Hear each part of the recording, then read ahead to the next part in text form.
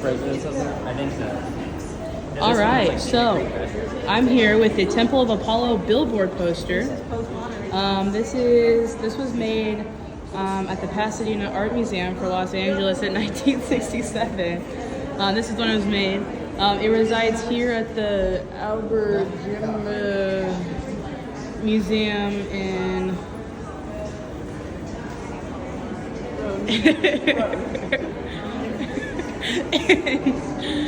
in Vienna. This was made by Roy Lichtenstein. Made in 1967. So this is pop art. This is what it's gonna count for. That's kind of what we know now. This was in the mid 1960s. Lichtenstein painted a series of temples inspired by the wallpaper of a Greek restaurant in New York. In 1967, he used it for a huge billboard poster in the USA.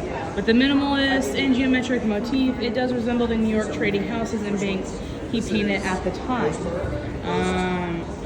If you look at it, you kind of don't notice like any narrative, you know what I'm saying? Like, because there's no like superimposed designs like if you did see a regular column. There's not a whole lot of architecture. It's just the outlines of it. In a quote that we see here, it says, "When we examine the antique column, we no longer see it in a structural necessity, but we recognize it in the expression of a pure feeling, a work of art in its own right."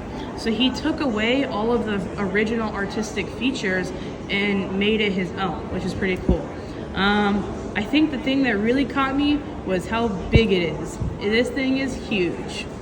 It makes me feel short. I like the dots a lot too. I'm a big fan of pop art. I think pop art is really unique and it really doesn't follow any of the other arts that we saw beforehand. So yeah, this is pretty cool. Temple of Apollo billboard poster.